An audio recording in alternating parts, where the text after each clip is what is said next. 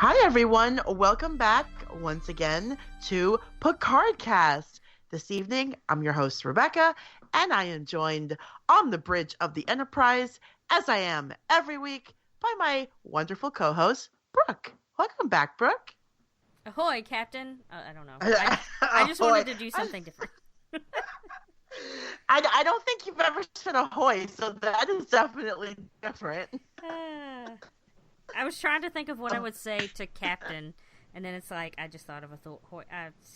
I'm not going to ever say that again.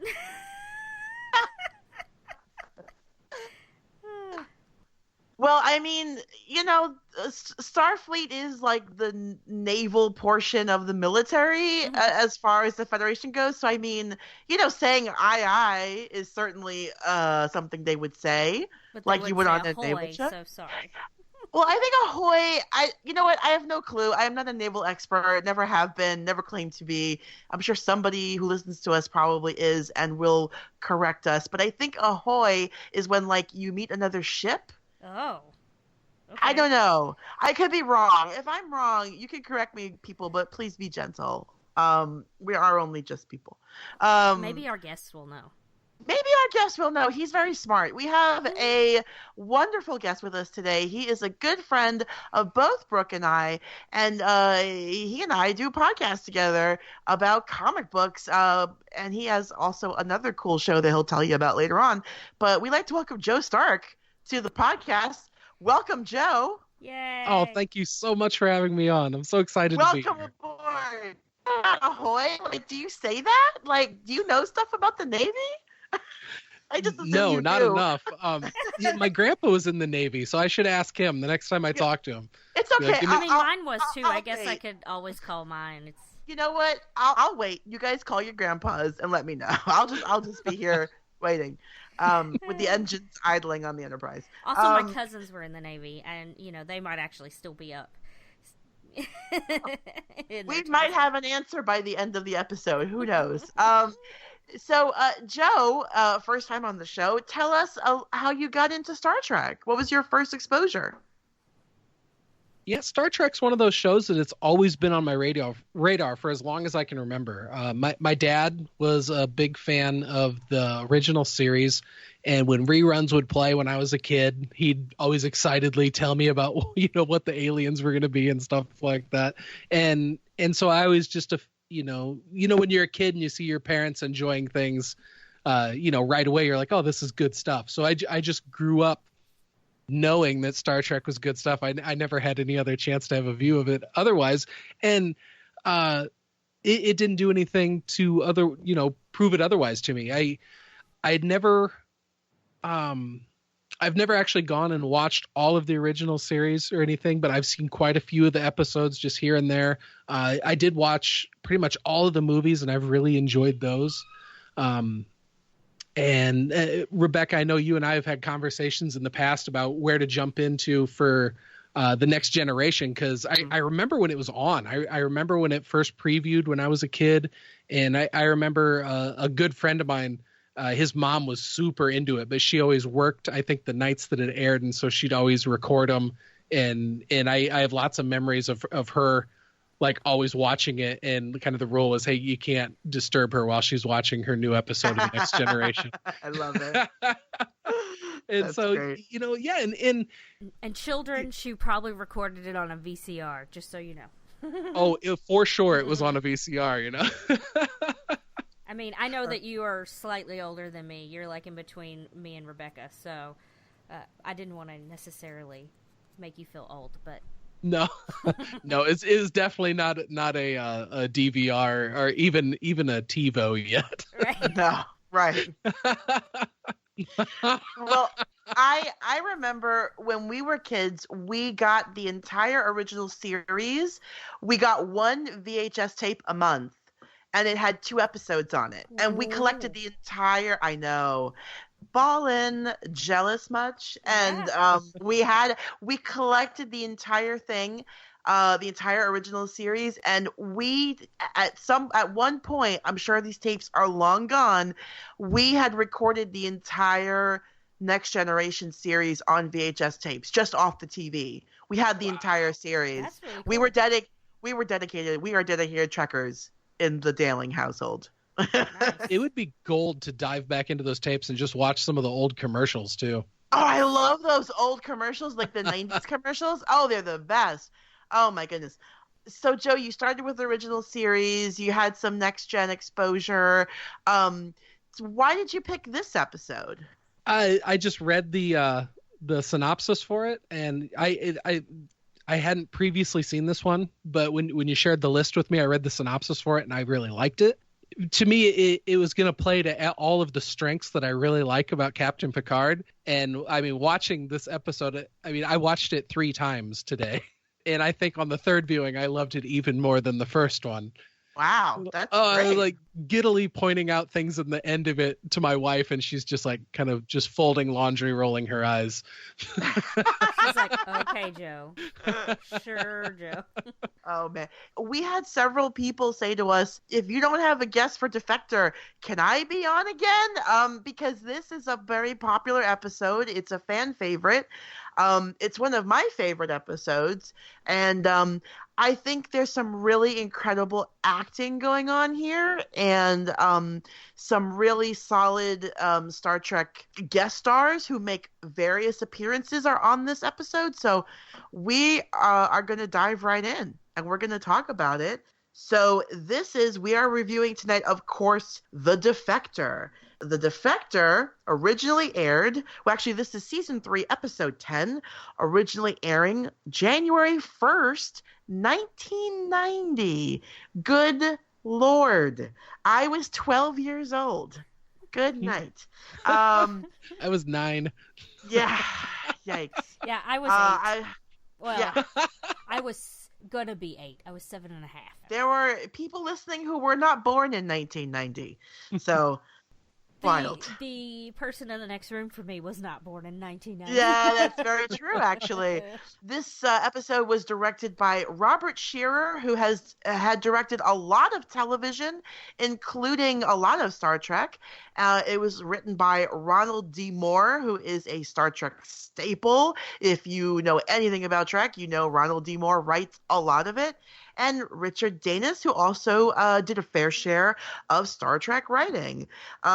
One of the things I love about this show is that you see a lot of the same writers over and over again. Of course, they have staff writers, but you see a lot of repeat names here. And I like that because it really kept the tone of TNG, and it kept the science fiction aspect of it alive and well. Kept it strong and going. So, yeah, this one is no different. So, our episode starts out with a scene from, it's like, I think most Trek fans probably knew right away, oh, this has got to be on the holodeck because, you know, why else would it be this way? But it's a scene from Shakespeare's Henry V. It's being acted out on the holodeck. We do get a sort of a cameo, I guess you could say. One of the people is Sir Patrick Stewart in makeup playing one of the parts. And Data is playing Henry V. And Picard is directing him. And Data is doing his lines. He's playing out this scene of the king who is in disguise and is mixing among his troops to kind of figure out how they are on the eve of battle. Of course, this is all in Data's effort to become more human. Riker. Picard applauds Data for doing so well, and Data says, well, I'm going to study all these other actors too, and he names a bunch of them, including Olivier, so Sir Laurence Olivier, of course. But Picard tells him, you know, you got to kind of do this on your own. Like, you have to have your own experience with Shakespeare. Riker interrupts that they have there's an unidentified vessel crossing into the neutral zone headed for Federation space. So of course they have to go to the bridge. But along the way, we had a nice little conversation, a little walk and talk of Data and Picard talking about Henry V and his motivations, which of course we'll get again later on in the episode. Data is anxious to schedule a performance for the crew, and Picard tells him, maybe let's not rush it. And that was a very Picard polite thing to say to Data, to be like, you're just not that good yet. I love this is sort of peak Picard. It's not like the swashbuckling, dashing Captain Picard or, level-headed Picard or whatever. This is Shakespearean Picard. Also, I love, I had never seen this one. I don't think. Something about it seemed familiar when I watched it, so maybe I'd seen it like once and I just didn't recall that I'd seen it. So when I had watched it the first time here, I was like, oh, they're, on the holodeck and, Captain Picard is working with, and then it's like, wait, what? And then I realized that he was just playing another character. I'm like, I love it. Yeah. Great. He's playing a hologram. I had that same moment with it, and then I kept staring at the other guy, being like, "Is that Riker?" I know, right? Yes, I did too. I'm like, is he somebody also? The other guy looked like Riker Light. Yes. Like he really totally did. So I mean, I don't blame you for being like, "Is that Riker?" His Riker stunt double. It could have been pretty much. Yeah. He gets picked up from some like candy glass all around him because he just went through a window, and he's like, I've always wanted to do Shakespeare. Yeah. They're like, makeup. Have we got the scene for you? Get this guy a fake scar and an awful wig. Yeah.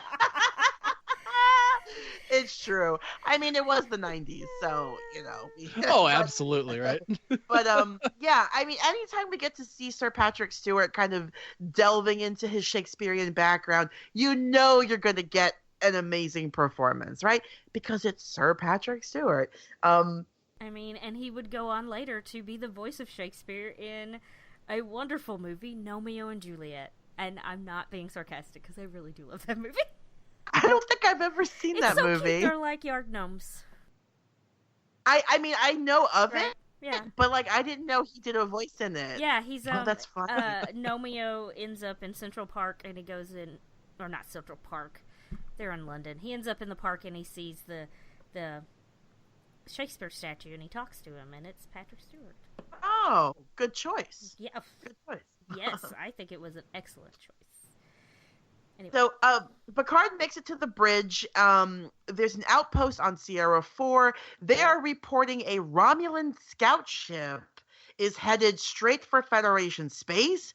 Of course, everyone is like, what the heck is going on? They get the Romulan scout ship on the Skype call, I guess, and he's like, I'm requesting asylum. And everyone's like, well, that's just odd. But he is also being chased by a Romulan warbird, so adding some weight to his claim that he is seeking asylum in the Federation. So after our little opening credits and such, Picard basically demands a response from the warbird, like, what are you doing? But they ignore him. The scout ship is getting beat up, and it does end up in Federation space. So the Enterprise moves in, and they extend their shields around the scout ship. And, Picard again starts to talk to the Romulan warbird, like, if you don't leave Federation space, I'm gonna... But then the warbird just cloaks and leaves. And they're like, okay, this is interesting, but let's see where it goes. So Riker and Worf meet the Romulan in the transporter room. He says he has to see the captain immediately and that he has information vital to their survival. So what do you guys think of this opening, action set piece here? Like the chase and the space, pew pew, and they're shooting at the guy. What do you all think about this opening piece? Yeah, I thought that was all really exciting. And the CGI for 1990, I thought it looked passable. It looked good. It was pretty okay. I know. I thought the design on the Romulan ships was really, really cool. And it was kind of interesting the way that this episode started off with the Shakespeare, and then, the back and forth between Picard and Data.